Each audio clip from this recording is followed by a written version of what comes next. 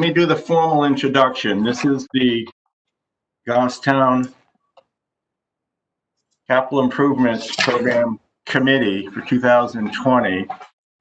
I'm Jim Raymond, the chair.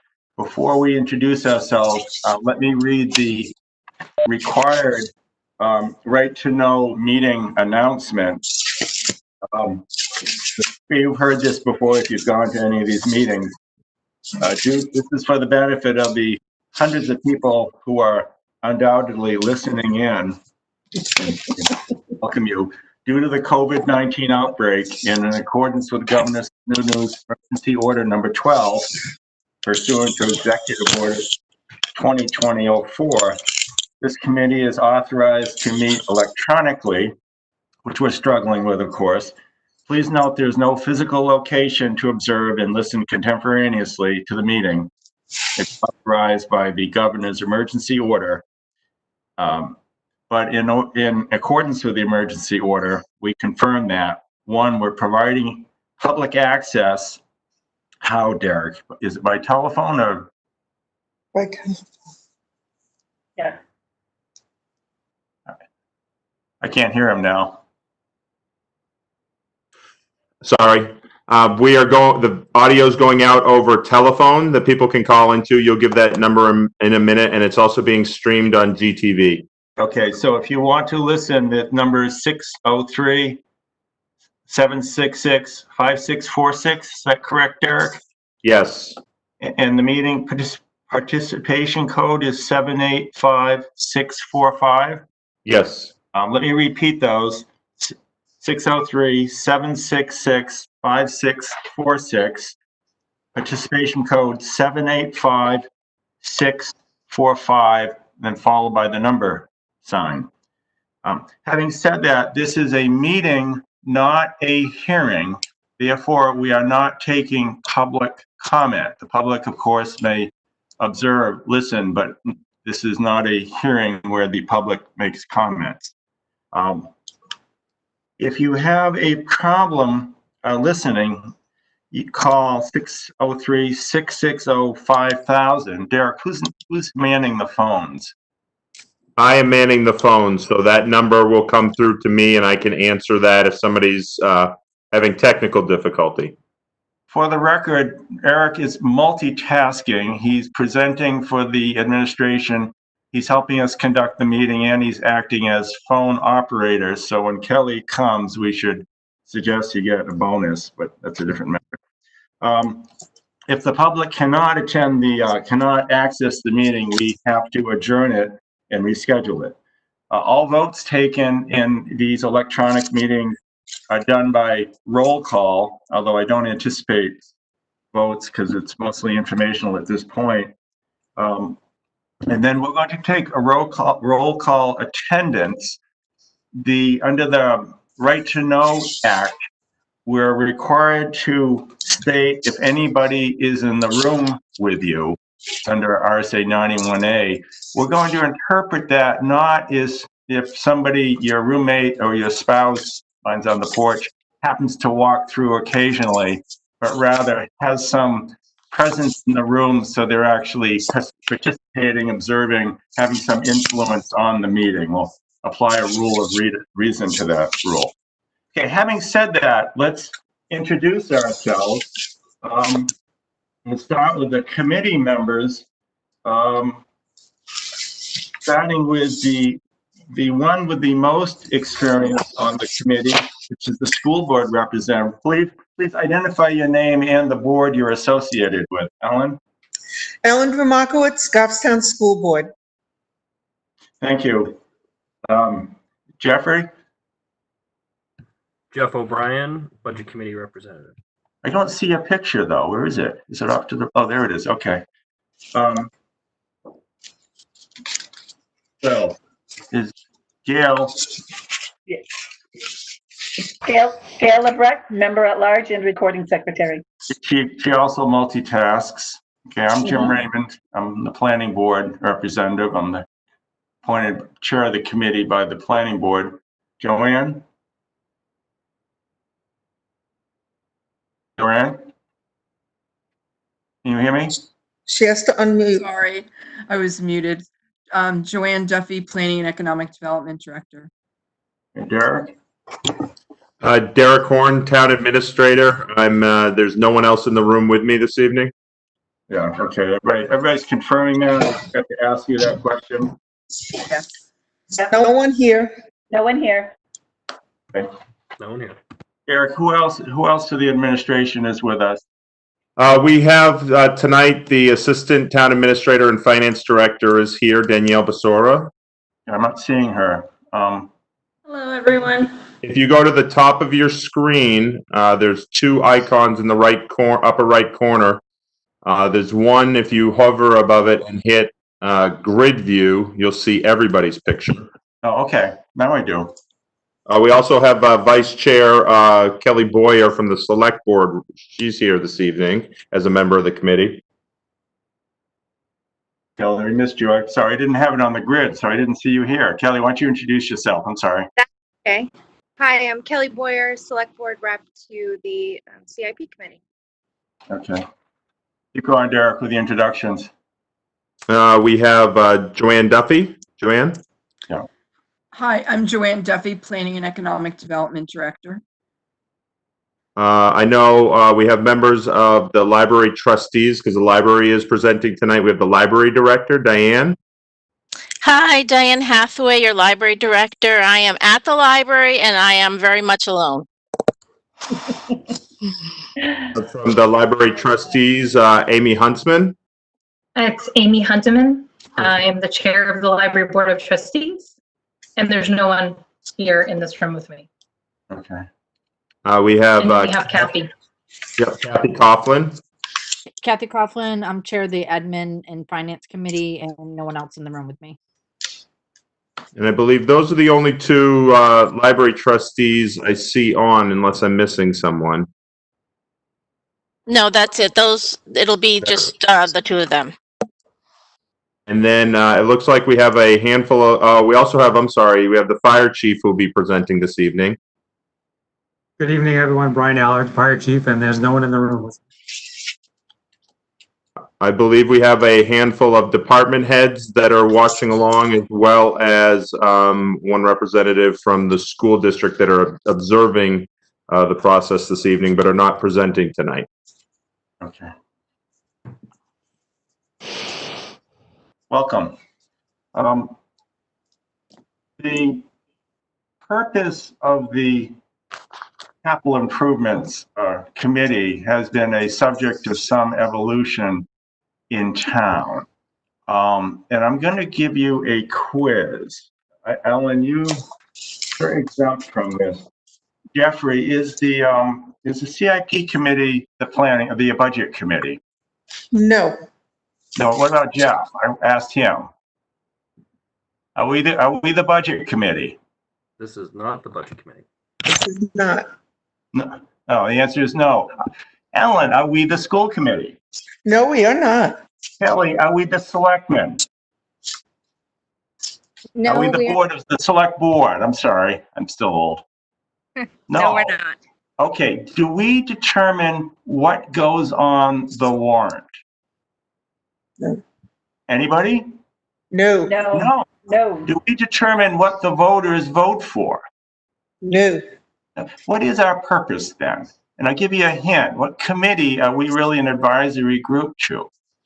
Planning Gail? board. Planning board. What's our purpose? Why are we here on this lovely night? Planning board. To do what then? What's our job? To Derek? listen to the, I believe the stated purpose of the CIP is to plan for the community needs that the school district, the town, as well as the water precincts will need, and to fulfill the goals of the master plan. He's read his homework. Very good. Yeah, we're a planning committee. So, for example, fire department comes with a proposal for a new fire truck and says, we need this. And we agree, yes, that is a need. Is it our job then to say, but we don't think the voters won't vote for it, so we won't put it on our grid? Jeff? No. no, not at all. Jeff? No, that's somebody else's job. We're going to identify needs, but we do look at how to spread them out over time to even out tax impact. And Derek will talk a little about different ways that can be done, how money can be raised in different ways to achieve that goal. We also, and if you read the handbook, we will prioritize capital needs. Derek, why don't you give us the quick tutorial on the ranking system of the capital?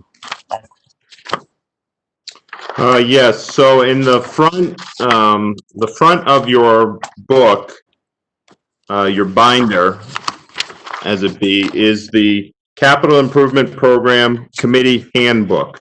And this was modified, I believe, at the end of 2018. The process in 2018, the CIP committee made some changes. And they created six priorities for projects. Those you will see on the project submission sheets from the department heads as well as the school district. First priority is, and this is on page 7, again, of the committee handbook in your first tab. Priority 1 is urgent, cannot be delayed, needed immediately for health and safety. Priority 2, necessary, needed within 3 years to maintain basic level and quality of community services.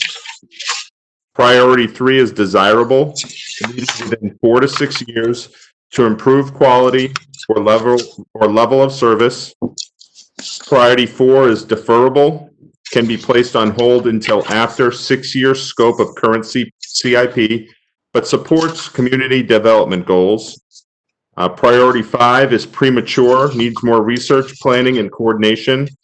And then priority 6 is inconsistent, contrary to land use planning or community development goals.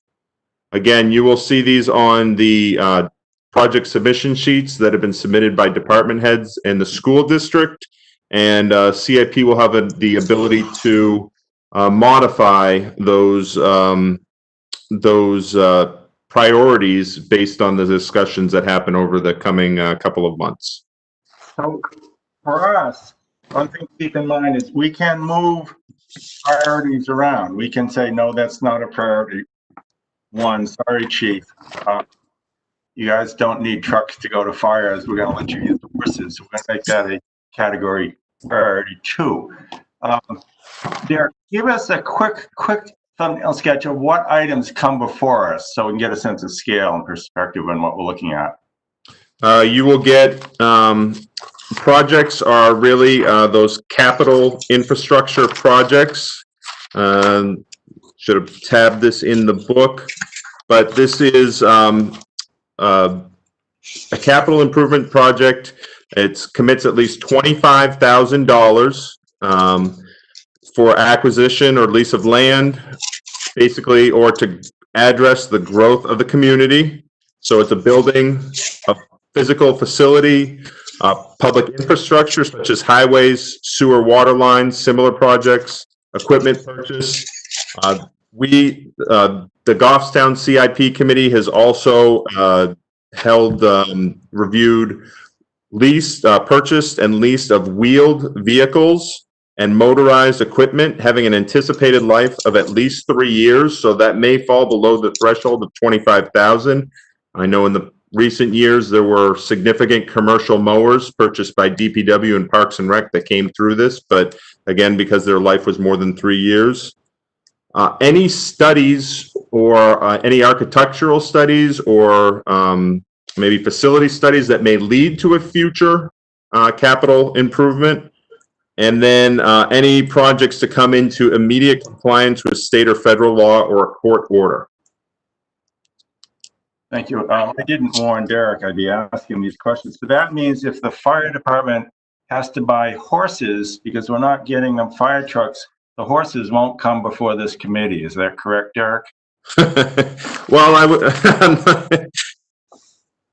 I would add that one probably falls under the grid, our matrix. Are we establishing where they will appear or how they will appear in the warrant? For example, in the operating budget or in special separate warrant articles? Who has an opinion on that? Alan, you have an opinion on many things. What do you think? No, we don't have a say on that. No. Derek, do you want to expound on that at all? I would agree.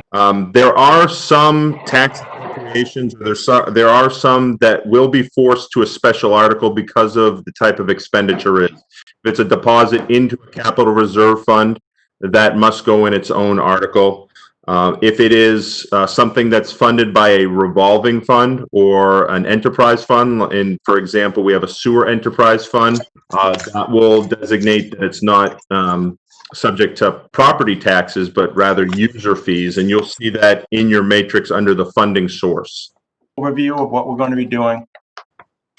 Being done, let's jump into it. Derek, give us the quick tour of what we're going to do for the rest of the evening. Okay, again, this evening we have three main departments that are going to present to you.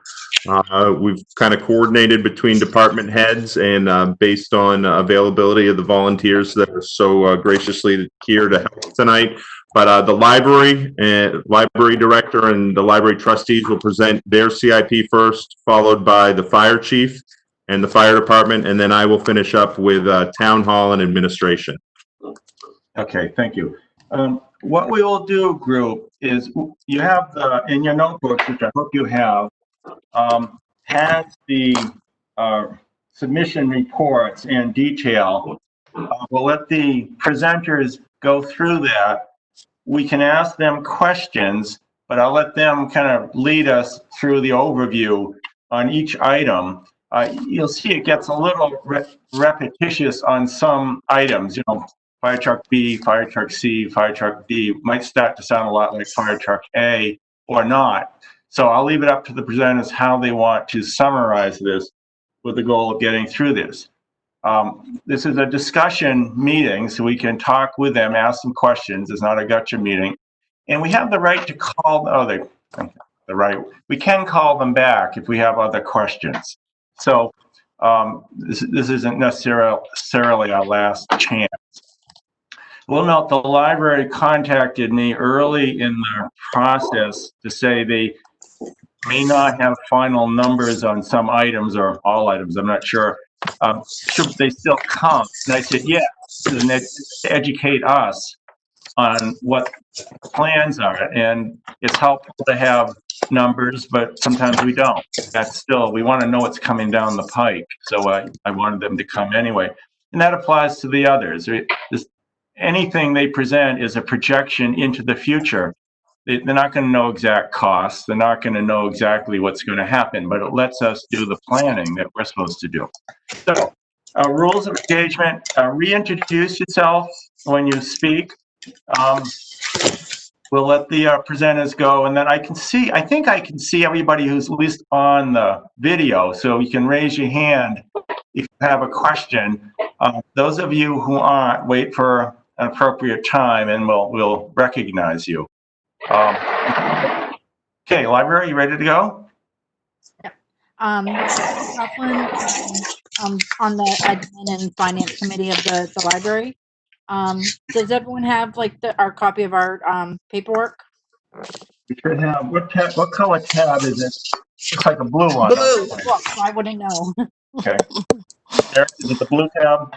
Or are they not consistent?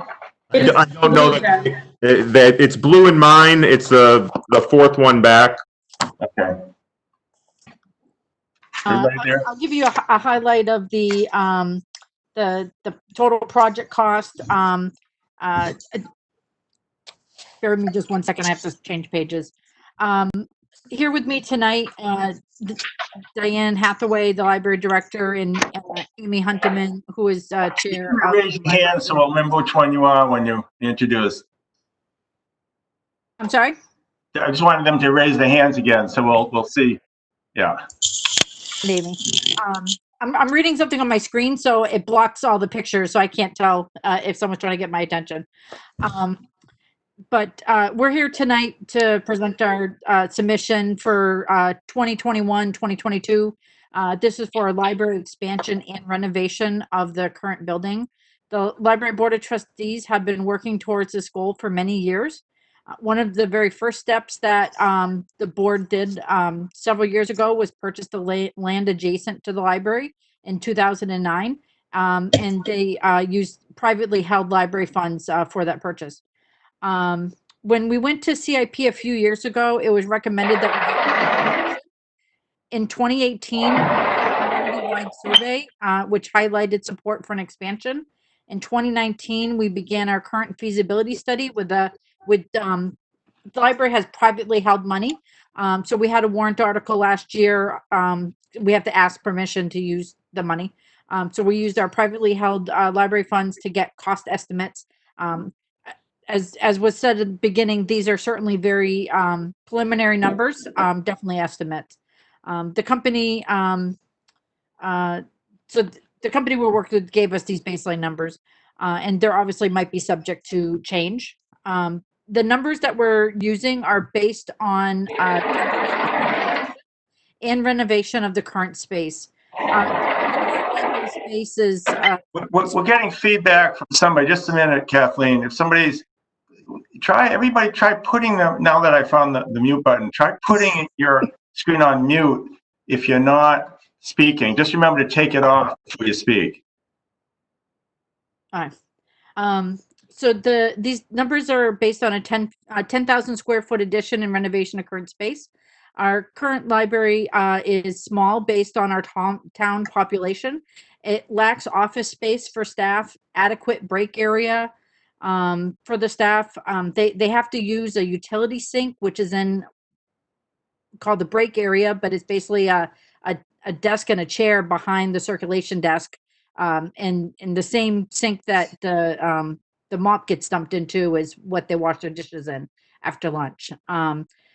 One public restroom, which is located in the children's room on the first floor. Every available space in the building is currently being used. Items are stored in small little cubbies underneath the eaves that, the door is only about 2 feet tall, maybe. The emergency exit staircase, and there's also items stored in the furnace room, which isn't really proper. All this hampers our ability to have programs in the building. Anytime there's a program, it blocks access to the materials in the room that is taking place. So, it's great when we have presentations and people show video, but now we can't reach any of the materials that are behind the screen. Our goal is to, we want to obviously add more public restrooms. That's one of the big areas of concern. We need meeting space for larger and small groups, work areas for staff that are not in the public, more comfortable seating. This was highlighted in the survey as one of the key items. Better computer access for the public, storage space that is adequate and within code. Because again, right now we're storing things like underneath staircases and things like that, which isn't really appropriate. We continually see Goffstown grow. Very happy to see it grow.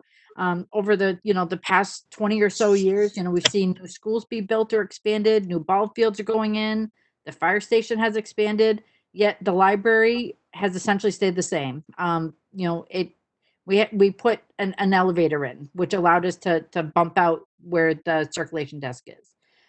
So there's emergency staircase and an elevator shaft. And with that, we're able to renovate the third floor, which took away from storage to allow it to be used for work area and some public space. The library board of trustees have been working to set up a foundation. This will help us to raise money, which in turn will lessen any tax burden. In 2019, the Goffstown Public Library was named the New Hampshire Library Trustee Association Library of the Year, despite our limitations. With these necessary improvements, we will be able to continue to improve our world-class service. I'd also like to mention that if anyone on CIP or honestly any of the town committees, if anyone would like to get toward the library, contact Diane.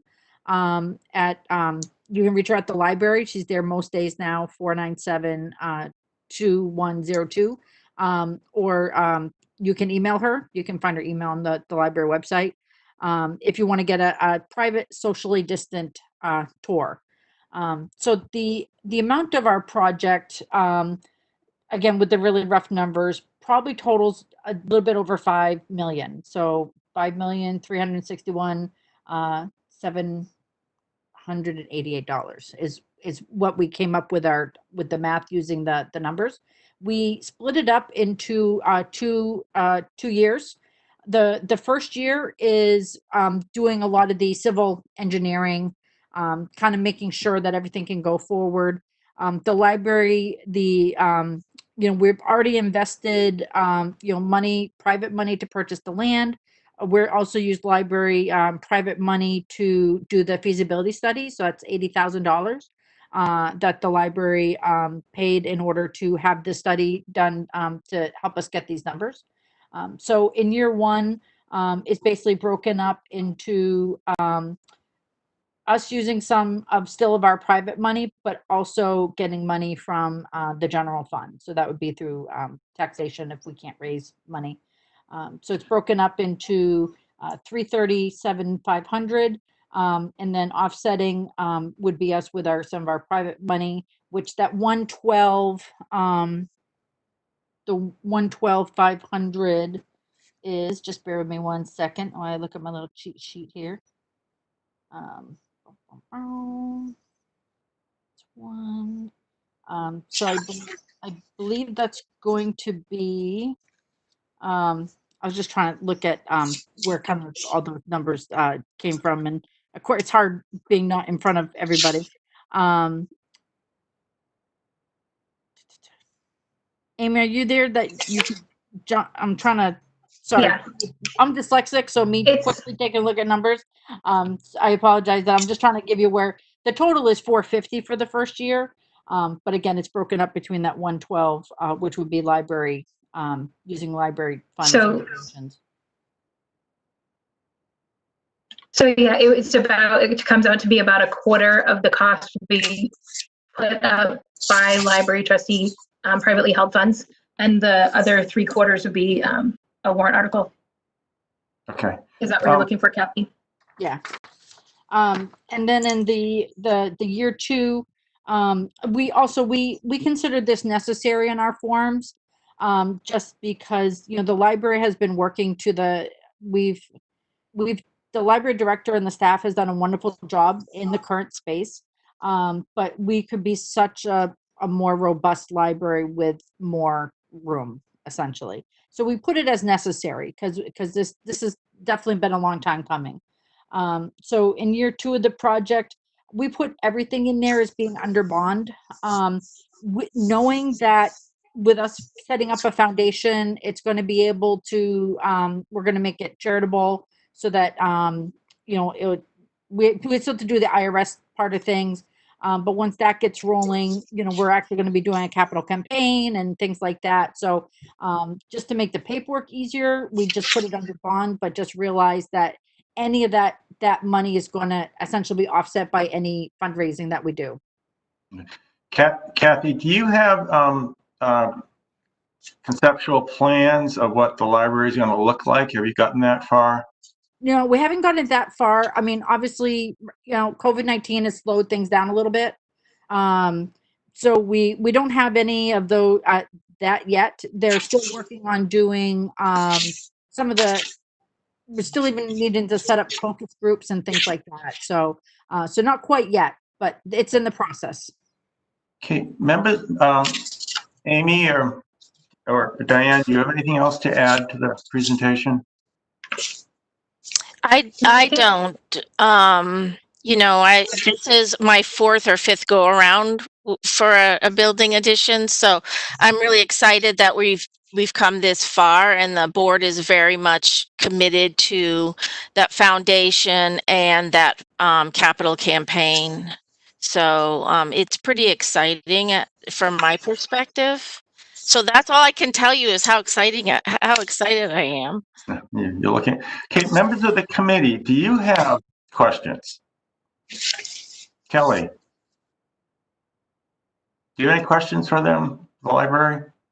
Thank you for asking. I also serve as the select board rep to the library, so I am. Yes, I'm very, very well informed on this project, and have been very delighted to be part of watching them kind of have this come to fruition. I will just add that the firm that we're using for the feasibility study has been fantastic. And as we gear up to do phase 2 with them, we'll definitely have more information on the look of the building, and they worked really hard to ask the staff and the public what they need. So it's very exciting to move it forward a little bit more. Okay. A lot of hard work. Ellen, do you have any questions? Yes, Ellen Markowitz, School Board. I'm looking at the second page of the submission form, and at the bottom, there's a cost breakout by the same pages, but there's different numbers for different lines. I'm wondering why they're separate and weren't put together. Is there like 2 different things happening? No, those are the company we're using gave us numbers broken down by land costs, soft costs, construction costs, furniture. And so we did our best to fill in the lines based on architect cost is that like 104,313. And on the first page, though, it's 365. Correct, because the costs are split up between 2 different years, because there's some initial planning cost. So that's what's in column 1, essentially. Okay, so these 2 pages are one for each year. Correct. Okay, thank you. Yep, because at the top, one of them says the project that the net cost on that one is 450 on the first page, and then the other one is the 4,000,000, 4.9. And so then those numbers added up, all add up Thank you. to total. Okay. Gail, do you have any questions? While you're busy taking notes? Okay. Anybody else? Danielle, I don't know if you have anything to add. Okay, we've been not picking on you. You will. Okay. No, I don't have any questions at this time. Okay. Anybody else have any questions? Any other town representatives? It's gonna whatever we do on one committee affects others. So, for example, we won't buy the fire chief if we're putting up a library. So I don't want, we're not acting in silos. So if they have questions, I'd like to hear it. But hearing none, Kathy, do you have anything else you need to tell us? No, I mean, again, these numbers are preliminary. I really think that the library is a wonderful organization in town. I think it's something that can help draw families, especially to be in town. It's a wonderful resource, and I think we need to nurture it. I do think it's time, and I did want to thank Kelly for all of her help.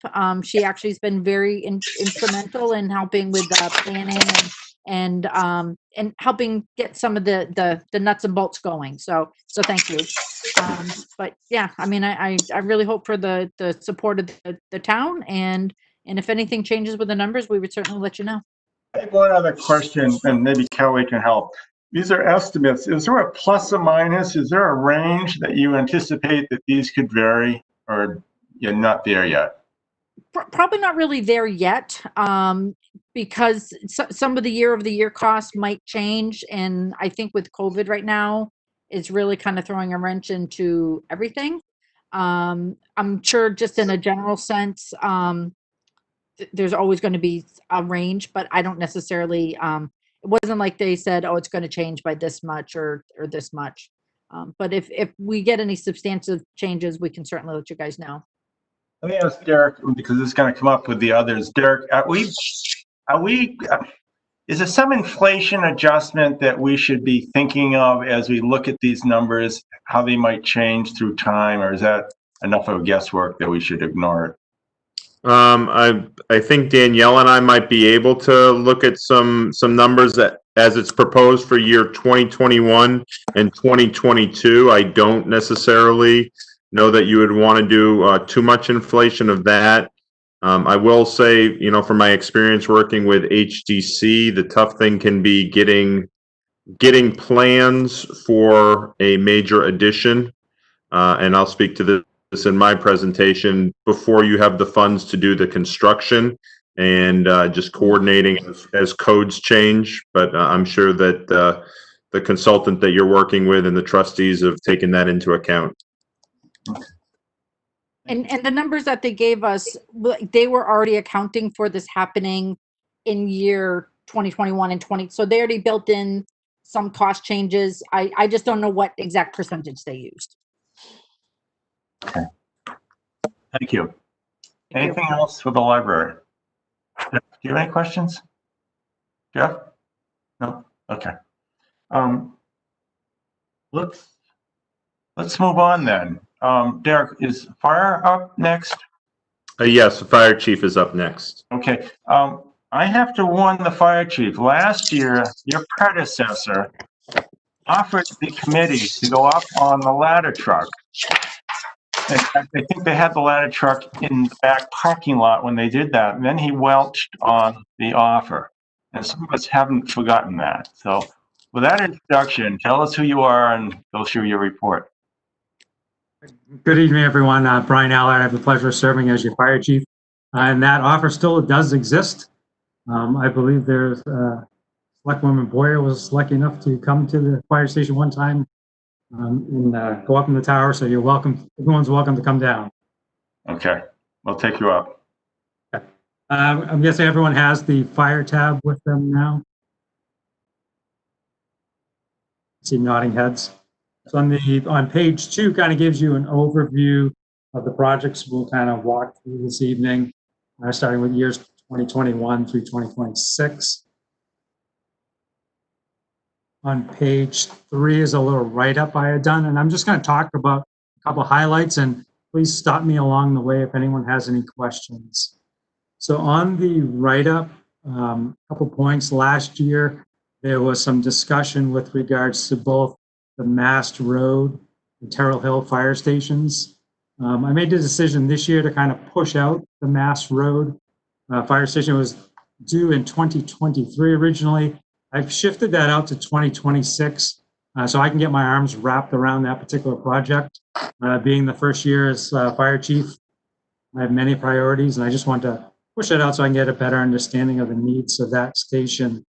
Secondly, the Terrell Hill station. At some point in time, the town is going to have to make a serious decision on that particular station. A couple of important notes to make on that. Fire apparatus today is getting bigger. It doesn't fit in the fire station. We have one fire truck that can fit in that station today. Second part is we have one call firefighter that works out of that station now.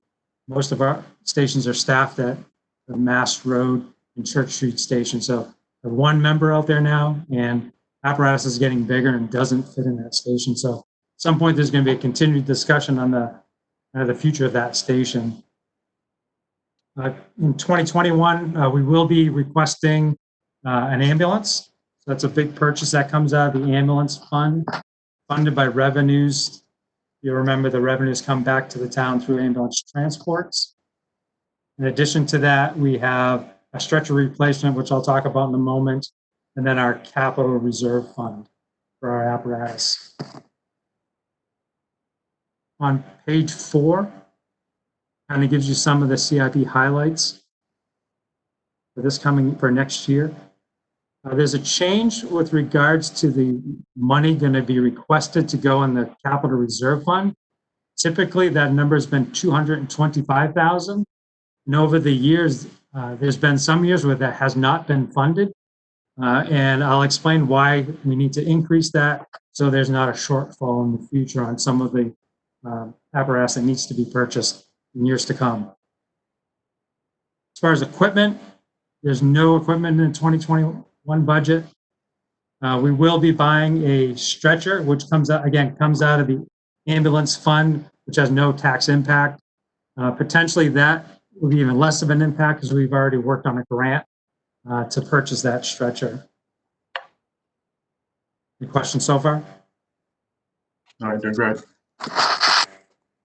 On page 5, you'll find our apparatus and vehicle replacement matrix. We did a really good job of trying to spread these out over the years, so we're not buying multiple large pieces of apparatus. I will say for 2021, depending how this year's budget goes, we may be foregoing a purchase of a utility vehicle this year, 2020. So that may come up in 2021. Other than that, we have an ambulance scheduled to be replaced next year. Again, our ambulances are our most utilized apparatus. And again, that comes out of the ambulance reserve fund. The next large purchase would be in 2022, where we have a fire engine that is coming to the end of its life based on our NFPA requirements. So that is something that does need to be replaced. And that's in the area of $775,000. And you mentioned earlier about escalators or estimates. Fire apparatus increases about 3 to 5% a year, just to kind of keep that in the back of your minds. While you're doing that, you use the word NFPA. Why don't you just tell us what that means? Oh, I'm sorry, that's an acronym. So the National Fire Protection Agency Association, so they determine all the standards that we follow, from our helmets to our personal protective equipment, tools, ladders, and of course, fire apparatus. Thank you. I was a history major. I don't know all that stuff. You do. On page 6 is kind of all of our apparatus, the current condition of them,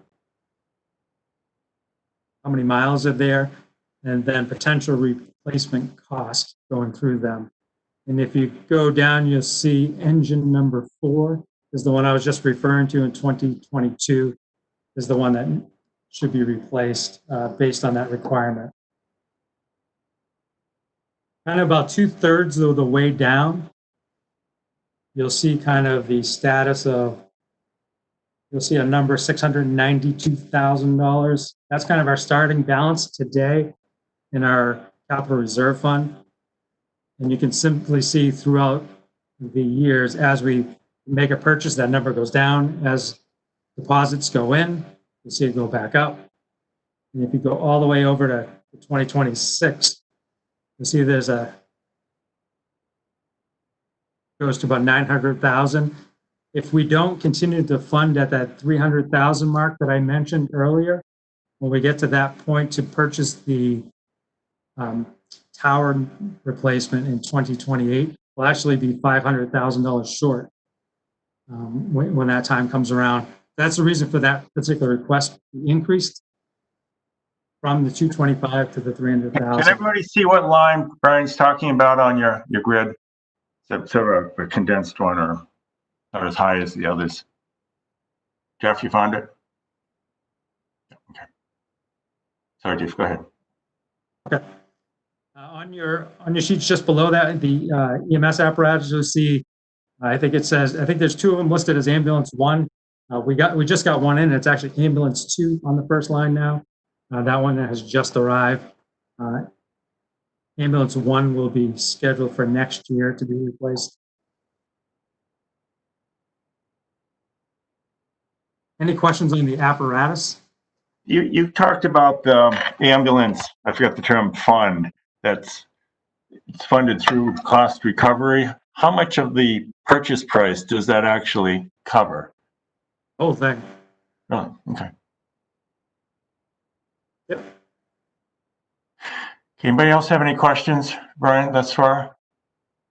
Seeing none, you're on a roll. Keep going. I will. On page 7, again, there's no fire department, no fire equipment needed for the next few years. You will see EMS equipment. I mentioned the stretchers already. The other item on there are cardiac monitors. So just like when you go to the hospital, we put you on a cardiac monitor. 2 of ours are approaching their end of life, so we will be replacing those. And again, that's through the EMS fund. Just below that is the fire stations, which I mentioned in the very beginning. The Terrell Hill I have on hold right now. And again, the Mass Road I've pushed out to 2026 to get a better understanding on that facility. Just for background on the members, last year, there was a lot of discussion Brian, did you hear any of that? Were you here for any of that? Were you still out of town? I thought you were kind of coming in the middle of it, but there. I was here for that. Okay. And you can summarize it. There's discussion on safety complex, other sort of alternatives for replacing the, I don't know if you want to give us a quick rundown of what we talked about, just so you know that you're letting us off the hook by pushing it off for a while. There was some discussion last year with the interim chief with regards to a possible safety complex. However, I think at this time in the community, the focus needs to be on a new police department. So I'm certainly trying to, I would love to see that come about. And I believe the police chief during his presentation will be talking to you about that in the land acquisition. So I'm certainly pushing out my plans. I think his building is a priority for the community. And one of the questions that came up last year, and we're not going to ask you your opinion if you don't want to, but should we be looking at a combined safety complex rather than separate police and fire, because that would impact how we do this planning? I don't know if you have an opinion on that you want to share. You can. Yeah, and I'm still trying to get my arms wrapped around my organization as a whole. Okay, that's a fair response. And I see the town administrator has his hand up. Derek. And I will, because this is all in the public record, the Goffstown Select Board has approached the Hillsborough County commissioners to inquire about land adjacent to the existing police station. Based on that decision to approach them and start that conversation, which we started on March 11th, which unfortunately was right before the COVID, everything kind of threw everything upside down. They approached the county commissioners and presented to them on that. So I think the focus, if I can speak for the board based on that action, their focus right now is on the police station and the needs of the police department at this time. And hopefully we'll get a response from the county commissioners and be able to move forward on that in the coming months and year ahead. Okay. Thank you. Last year we did challenge the fire department to come up with something better than the ladder truck ride, and they didn't come back with much either. So we'll see what they can do this year. Brian, what else? Finally, at the end of that, it shows just kind of the overview of the things that we've talked about funding the capital reserve fund. Then it shows each year the fire apparatus cost. And at the very bottom, it shows annually potential cost impact. And other than that, there's all the worksheets provided for you in the packets. Does anybody have a question? And maybe we can have Derek do the enlarge on his earlier comments on capital reserves and how those operate. Derek, why don't you give us the 20 words or less? The way I like to think of a capital reserve is it's a savings account where you set money aside maybe on an annual basis. Goffstown has 3 capital reserve funds currently. We have the fire apparatus capital reserve fund. We have the land acquisition capital reserve fund. And then we have the Grassmere Town Hall capital reserve fund for the restoration and addition there. So we really have those 3, I guess, like I said, they're kind of like savings accounts where you know that you have a big purchase that you can smooth that tax impact out, whether it be through an article to appropriate new funds, or what has been done in the last few years is to use unassigned fund balance to go into that. And Derek, as you mentioned earlier, the appropriations for the capital reserve fund are by separate warrant articles, correct? Yes, yes. Enough in the operating budget. Okay. Any other questions? Brian, do you have anything else to add? I don't know if you zipped through that pretty quickly. Do not. We're not complaining. Anybody have any questions? I don't see any. Okay.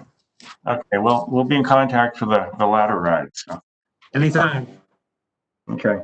Derek, do you, in your town administrator role, do you have anything to add on the fire department presentation, or Danielle? Before you. I do not. No. Okay. Okay. If you wanted, I know the committee usually asks, but right now there's about 600,000 in the capital reserve fund for the fire apparatus. Okay. And is that's why Brian's asking that be bumped up a little to bring it back to a level where you think it should be? Correct, yes. Have we slipped behind on that, or you just realize we got to be putting more money in? I know I'll speak for the chief quickly, but in 2019, there was a decision to reduce from a deposit of 225,000, which was the annual deposit, down to 100,000, and that was proposed to the voters. It did pass, but the chief might be able to talk about continuing that based on the increased cost of apparatus. I guess that's your invitation. Go ahead, Brian. He just took the words out of my mouth. A lot of it is exactly what he said. There was a reduction in that fund, that's 100,000. I know we also took funds for a command vehicle out of there as well. And thirdly, the cost of apparatus continues to rise year after year. One of the questions last year was and you mentioned it, is the relative demand on forces time between emergency calls and fire calls. And I recall you said that the emergency calls seems to be the greater amount. Can you give us any kind of breakdown of figures or calls allocated between them? Yeah, sure. I think you would find nationwide, it's pretty much an 80-20 split. You talk about calls for an ambulance, so EMS or 911 calls. We have an aging population, and that's really a big part of the demand. 20% is the fire-related calls. However, when you need a fire truck, you need a fire truck. Last week, just as an example, we called for a structure fire not far from the Mass Road station, and luckily they were there, trained people, and they were able to extinguish. From dispatch to starting to extinguish the fire was 5 minutes. Wow. So when you need a fire truck, you have to have one. Okay. My hair is gray because I paint it that way. I'm not really one of those older people who need your services. But you know what my house is. Anything else? Any members of the committee have any questions? Great, thank you. Derek, are you next? Yes, sir. I do not have a presentation to follow along with because I'm more of a spreadsheet person, but you will have at the second tab, you have all of the presentation materials or the submission sheets, but I'll be reading off the matrix this evening. The first item is from the Historic District Commission. This is a deposit into the Grassmere Town Hall Capital Reserve Fund. Yeah, just to let everybody find the matrix. You see everybody, it's in the back of the book. It's under a separate tab that says matrix. And it's on paper. And Derek, why don't you explain take off your presenter hat, just explain the play between the individual sheets and the matrix. Yes. So for the committee's information, I'm working off of page 5 of 10, and I'm starting at line 200. So on the left-hand side, you'll see the numbers in column A, and right next to that, you see the admin projects, which include HTC, conservation, EDC, those items. Yeah, everything that's on the matrix also reflected in the individual sheets. Yes, every department and the school district and the sewer commission will submit a separate submission sheet for each project, or they may, the only time they're lumped together are for vehicle matrix for some of the bigger departments. but that will explain in more detail how it dovetails in with the master plan and meets the goals of the master plan. Okay, but you're a spreadsheet guy, so you're working off the matrix rather than the individual sheets. Yeah, if that's all right with the committee. Okay. Somebody has a problem. Ellen? Eric, what page did you say of the matrix you were on? So this is the matrix that in the bottom right-hand corner says printed Yeah. June 3rd. I'm on page 5 of 10. Okay, On line 200. thank you. Everybody found it? Yeah.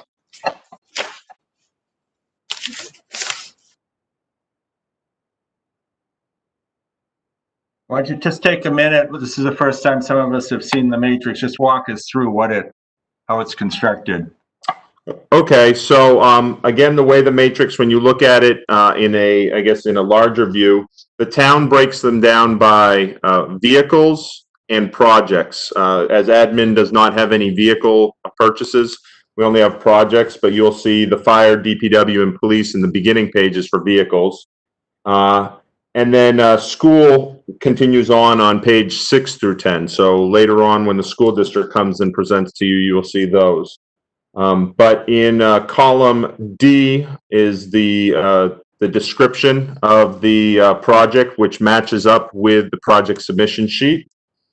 In column E is the CIP committee priority. As you go through these, you may think that a project that I put forward or somebody else put forward may be not where the CIP committee feels it should be, and you can make a vote to alter that and put your own priority on it.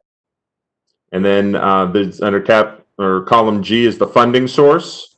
So funding source is, again, whether it come from tax appropriation, if it comes from a capital reserve fund already established, revolving fund, enterprise fund in case of the sewer, or a special revenue fund in case of EMS.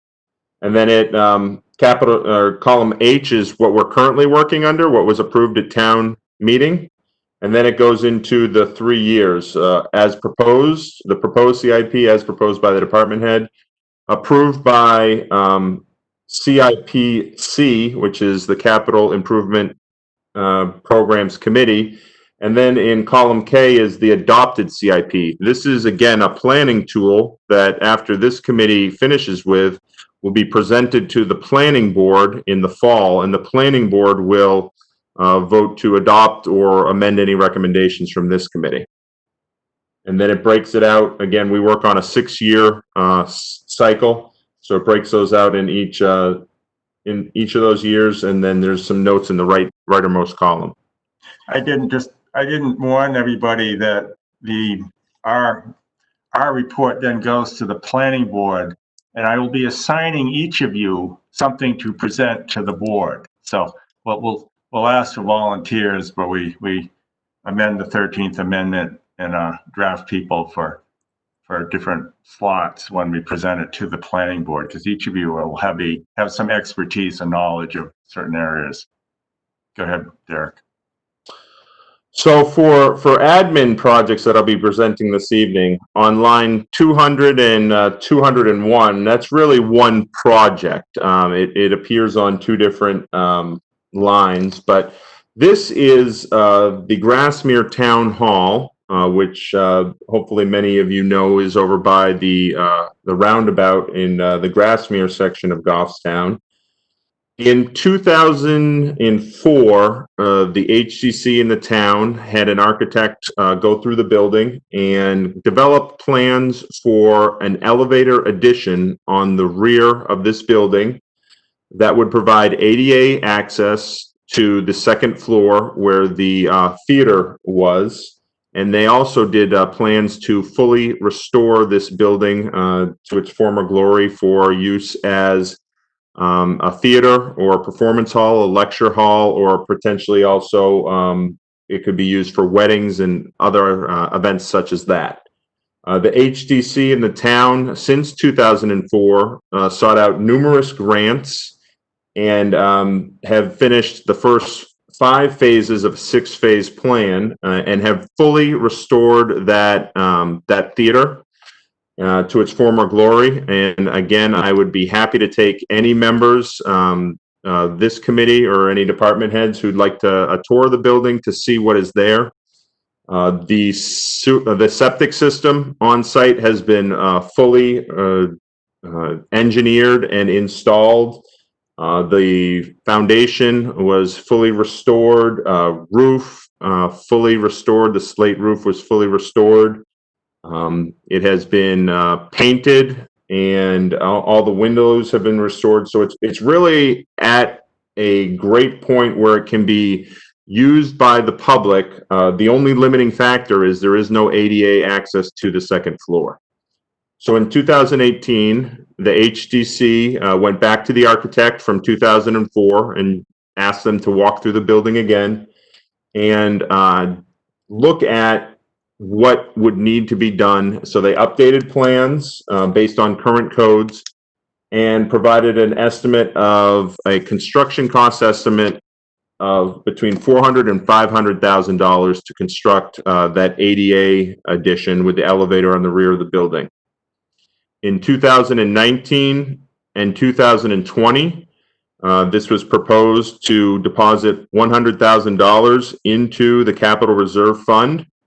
And 2021 is the 3rd planned year for the deposit of $100,000 into that fund, which will bring the balance of the Grassmere Town Hall Capital Reserve Fund. It's currently at approximately $272,000. This would bring it to $372,000, with the remainder to be made up by donations and grants for, again, to build that ADA addition on the rear of the building. And that's what you see on line 201 in year 2022. That's the actual construction of the addition. And I don't know if Jim is still with us.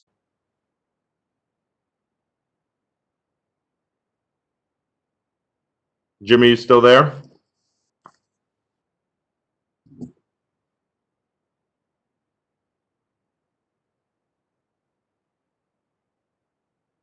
I'll say by his silence, he may have some bandwidth issues. Is everyone else hearing me okay? I'm hearing you. Are there any questions on, do you want to go one project at a time, or Ellen? Yeah, just one question. Prior to this year, how much is this building used? The building is primarily used for, we rent out half of the first floor to Mary Lou Preschool. We have a lease agreement with them, and it is used by various community groups, including Tri-Town Soccer, Babe Ruth Baseball, the Grassmere Village Water Precinct, the Garden Club, and HDC for monthly meetings. The second floor has had limited use because we did not have sufficient tables or chairs, but last year the HCC did buy a portion of the chairs and the tables, and we completely revised our facility rental policy, so it could be rented out in the beginning of this year. And again, with some of the changes to facility use due to COVID, it has not been able to be used. So it is available to the public once we open our buildings back up. Thank you. Derek, can I add something too? Yes, absolutely. I just wanted to mention too that the HCC has discussed marketing techniques and different ways to utilize that space as they move further along in the process. So I know the plan is to kind of market it out and make it more accessible to residents than it's been before. Derek, by the way, this is Jim. I seem to have lost my internet connection. I didn't go off to the have a beer, and I'm trying to get it back on my my hotspot. So keep going, and I'll just do it by telephone for a minute. Okay, great. I just finished up with the Grassmere Town Hall Capital Reserve Fund. the last deposit of 3 years, and then also the explaining the ADA elevator addition. The next item, I guess I will go work my way down, even though this is not in next year's planned appropriation, but this is the town hall parking lot repair, reclamation and granite curb repointing. This one has been shifted around in various years. At one point, we're trying to match up with DPW and their construction on Church Street, and I know they've had a change of plans. So we are going to go on our own on this one, but I have moved it back out to 2022. This is to do some repairs on the sidewalk and then also some needed parking lot repairs with that. Let's see, on lines 203 and 204, those are appropriations that were approved for this year. On line 205, this is a townwide security system and CCTV. Currently, each building is that is maintained by the different departments are kind of on their own for security. We do have security systems, and each have some form of television or video monitoring, and some we do not. This is to try and bring them all together under one umbrella, which will give us the needed security for those buildings in case we need to go back and look at tape because of some incident, and will help dispatch if we ever need to dispatch to a public building. Last year, the CIP committee moved it from 2021 and moved it up to 2020. So this did go into the department head budget last year, but that was cut during the 2020 budget process. On line 206, this is a 10-year flyover and photogrammetry. Never know how to say that one. This is where we hire a company to fly over and take pictures of the community to update our GIS system. This helps both our planning department as well as our assessing department potentially catch any structures that were built without benefit of permit and are we may not be assessing them fairly, so we do that every 10 years so that we can maintain a accurate GIS system that's used by not only the land use departments here in town, but also DPW as well as our emergency services. On line 207 is the network equipment refresh. This is necessary networking, which has shown itself a critical piece of infrastructure over the last 2 months as we've had employees in every department working remotely for some period of time. This is last done in 2015, and equipment will be 7 years old at that time. This is equipment that runs 24 hours a day, 7 days a week, 52 weeks a year. Again, over the last 2 months, we have found the ability to work remotely critical as we've had this changing landscape. And then in line 208 is server licensing. We are currently running on Microsoft Server 2019. This was done in 2019, and support will run out in 2024. This is the current information, and this is very critical for us to maintain current licensing because how our networks communicate with the FBI and to remain CJIS compliant. But those are really all the projects that I have, and I'd be happy to answer any questions that anyone might have. I'm back. You can see what happened to Kelly and Jeff. Are they still on? Yes, they are still on. Yes. I've lost their pictures, but my pictures seem to be dwindling. Anybody have any questions? A lot of these were on last year's matrix. We moved some around, as Derek said. Derek, what's new for those of us who were here last year that. I am not proposing any new projects from last year. Again, I did bring back the security system and CCTV, and all others just moved around on the matrix, primarily moving the parking lot out 1 year. May have any questions for Derek? I can't see if Jeff or Kelly raise your hands. I can't see you for some reason, so speak up. I'm going to assume you haven't. Gail, you have I'm any here. questions? No, I'm set. No I question. see you. I can see you. Oh, there's Jeff. Okay, pop back in. Jeff, you all set? Okay.